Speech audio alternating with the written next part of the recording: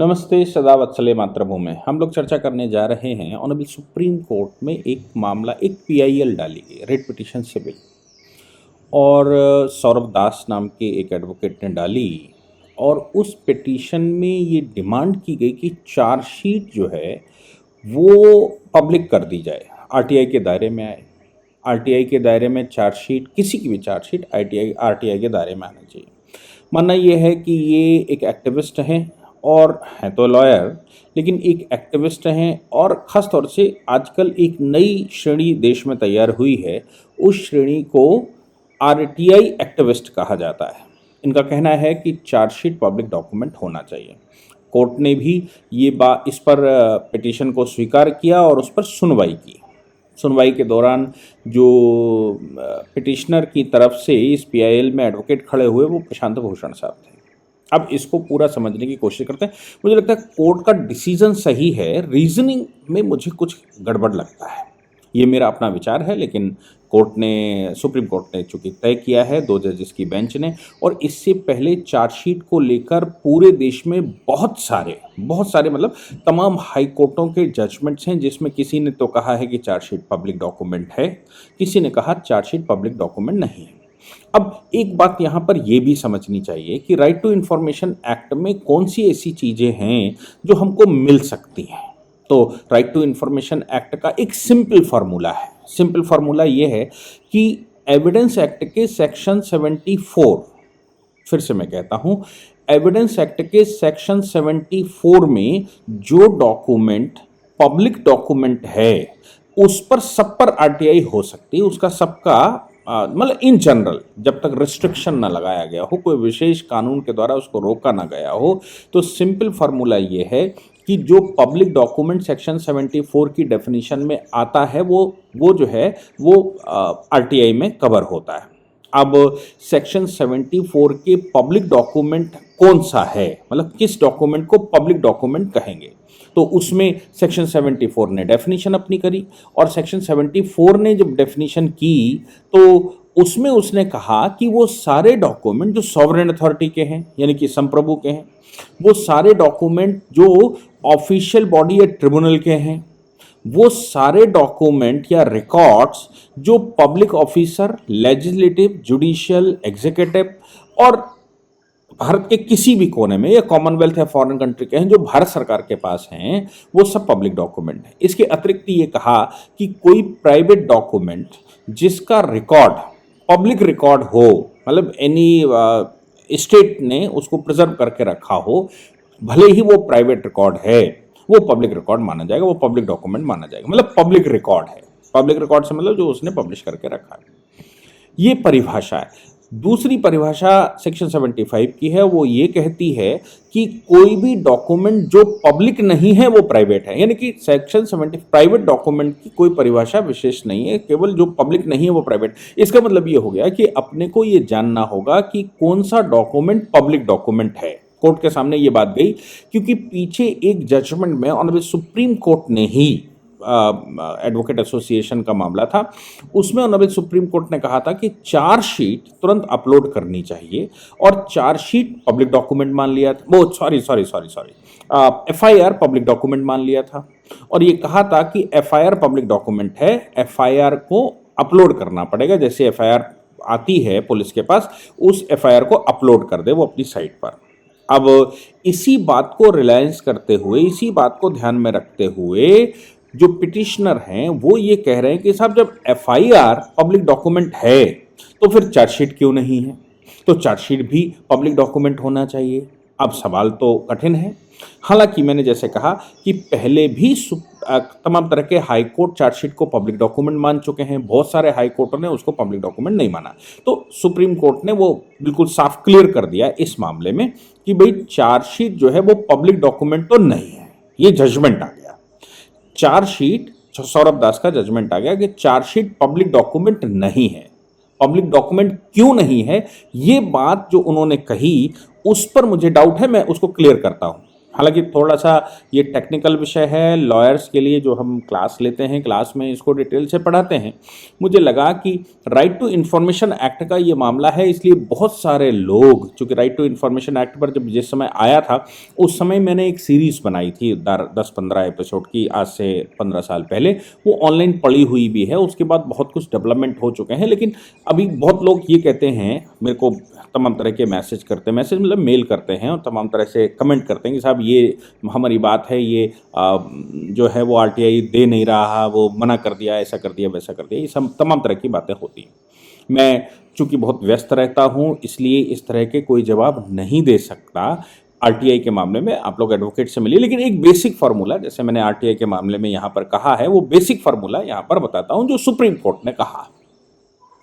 RTI की section 4 की बात है ये, कि भाई वो डॉक्यूमेंट आरटीआई में कवर होता है कि नहीं होता है। तो सवाल ये पैदा होता है कि एविडेंस एक्ट के बारे में भी मैं आपको बता दूं कि एक ही बात 5-5 जगहों पर आती है, अलग अलग चैप्टर्स में आती है। तो बहुत सारे बच्चे कंफ्यूज रहते हैं कि एक ही बात 5 जगह क्यों है। मैं उसके लिए रेलिवेंसी पहले आती है, फिर एडमिसिबिलिटी आती है, फिर कौन से डॉक्यूमेंट्स ऐसे हैं जिनको प्रूफ करना पड़ता है कोर्ट में, कौन से डॉक्यूमेंट हैं जिनको प्रूफ नहीं करना पड़ता है, कोर्ट प्रिज्यूम कर लेता है कि ये डॉक्यूमेंट सही हैं। ये प्रक्रिया है। मुझे लगता है कि कोई भी क्रिमिनल की या सिविल की प्रैक्टिस करने वाला अगर एविडेंस एक्ट बहुत अच्छे से नहीं जानता तो उसके लिए बड़ी भारी मुसीबतें हैं। लोग बहुत सारे में से मेरे स्टूडेंट्स भी, जिनकी आयु काफ़ी है, जो सिर्फ सीखने आते हैं कि हमें प्रैक्टिस सीखनी है, वो बहुत सारे स्टूडेंट्स मेरे से ये कहते भी हैं कि साहब हमने वो डॉक्यूमेंट लगाया था, कोर्ट ने वो एक्सेप्ट ही नहीं किया, कोर्ट ने कहा इसको प्रूफ करो, वो इसको कैसे प्रूफ करें, कोर्ट ने वो डॉक्यूमेंट को डॉक्यूमेंट नहीं माना, कोर्ट ने उसको रिकॉर्ड में नहीं लिया। ऐसे बहुत सारे प्रश्न आते हैं। तो उस पर क्लैरिफिकेशन यहाँ पर देने की आवश्यकता है, जो मैं दे रहा हूँ। सवाल ये पैदा होता है, कोर्ट ने, देखिए, कोर्ट के सामने कोर्ट प्रिज्यूम करेगा, मतलब need not to be proof, कोई डॉक्यूमेंट प्रूफ करने की आवश्यकता नहीं है। एविडेंस एक्ट उन डॉक्यूमेंट्स की चर्चा करता है, तो उसमें कहता है अगर कोई पब्लिक अथॉरिटी के द्वारा सर्टिफाइड कॉपी दे दी जाए, मतलब सर्टिफाइड कॉपी, सेक्शन 77 में उसने प्रूफ किया है, ये बात कही है कि सर्टिफाइड कॉपी में be produced in the proof of content of the public document or part of public document of which they purport to be copied।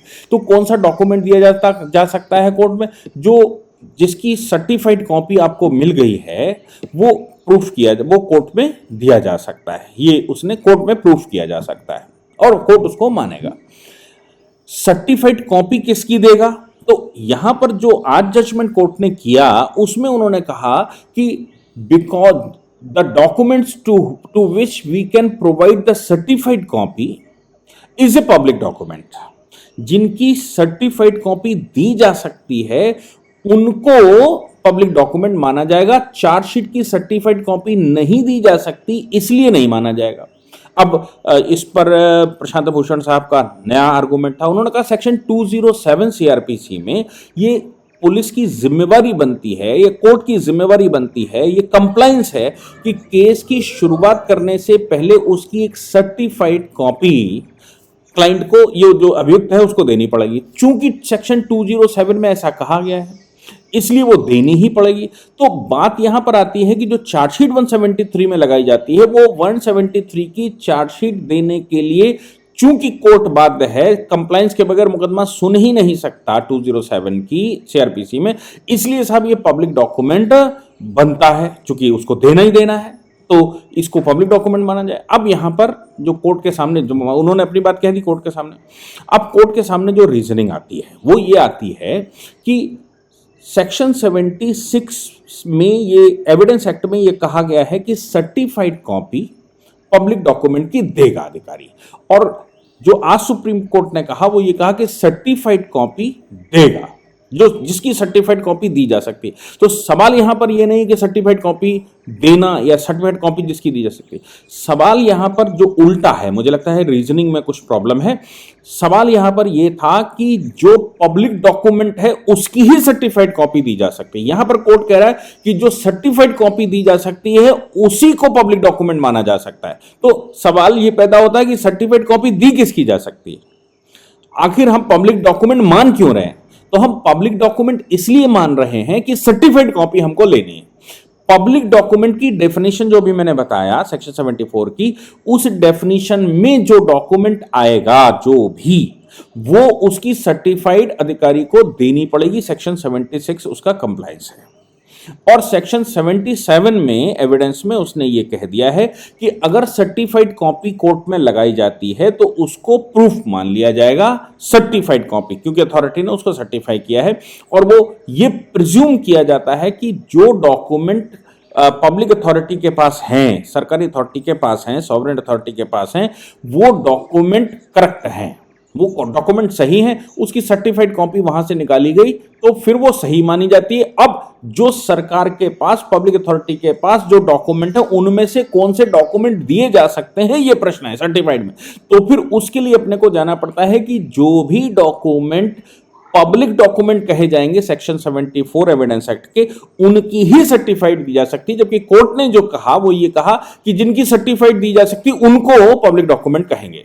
तो मुझे लगता है कि रीजनिंग में समस्या है। खैर, सेक्शन 74 की जो उसने पब्लिक डॉक्यूमेंट्स कहा है, उसमें पहले से बहुत सारे डिसीजंस कोर्ट के हैं। जैसे वक्फ बोर्ड, वक्फ की जो कॉपी है, वक्फ जो बनाई गई है, वक्फ की जो डीड है, वो पब्लिक डॉक्यूमेंट है कि नहीं? तो किसी हाई कोर्ट ने कहा कि हाँ पब्लिक डॉक्यूमेंट है, गुवाहाटी हाई कोर्ट कहता है कि वो पब्लिक डॉक्यूमेंट है, आपको देना पड़ेगा।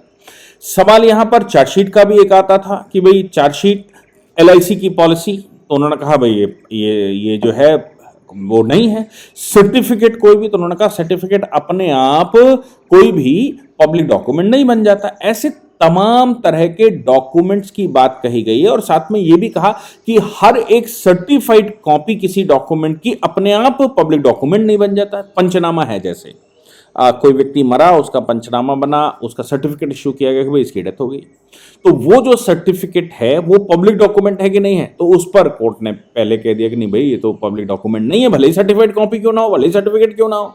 तो रीजनिंग तमाम तरह की हैं कि भाई सर्टिफाइड भी दी जा सकती हैं भले ही पब्लिक डॉक्यूमेंट ना हो। वो फिर वैसा किया, ये इसी आधार पर कोर्ट ने ये कह दिया कि सर्टिफाइड दी जा सकती है तो पब्लिक डॉक्यूमेंट है। जबकि पहले से जो जजमेंट्स हैं उसमें ये कहा गया कि जो सर्टिफाइड है आवश्यक नहीं है कि वो पब्लिक डॉक्यूमेंट हो।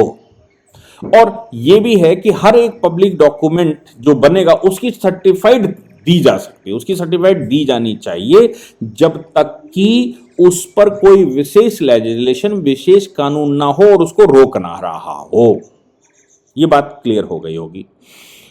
चार्जशीट के विषय में सुप्रीम कोर्ट ने यह कहा कि चार्जशीट, मैं मानता हूं कि सेक्शन 207 CRPC की कंप्लायंस है, मैं मानता हूं, लेकिन उसके साथ 164 का बयान होता है, क्योंकि 173 में यह कहा गया जो चार्जशीट सबमिट होगी उसके साथ, आजकल चार्जशीट केवल सबमिट नहीं होती, केस डायरी पूरी सबमिट होती है। केस डायरी पूरी सबमिट होती है, जो बयान आपने लिए हैं, जो बयान दिए हैं, और वो सब किस आधार पर आप नतीजे पर पहुंचे हैं।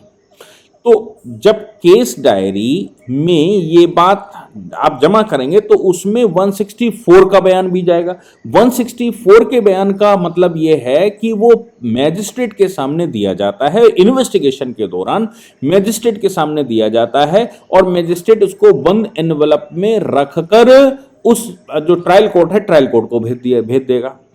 ट्रायल कोर्ट उस मामले को प्राइमरी एविडेंस मानता है, यह मानता है कि हमारी अदालत में यह बयान दिया गया है, इसलिए अब उसके चीफ एग्जामिनेशन करने की आवश्यकता नहीं होती, उस पर सीधा का सीधा क्रॉस एग्जामिनेशन शुरू हो जाता है। इनके प्रोसिक्यूशन को फिर से विटनेस लाने की जरूरत नहीं है।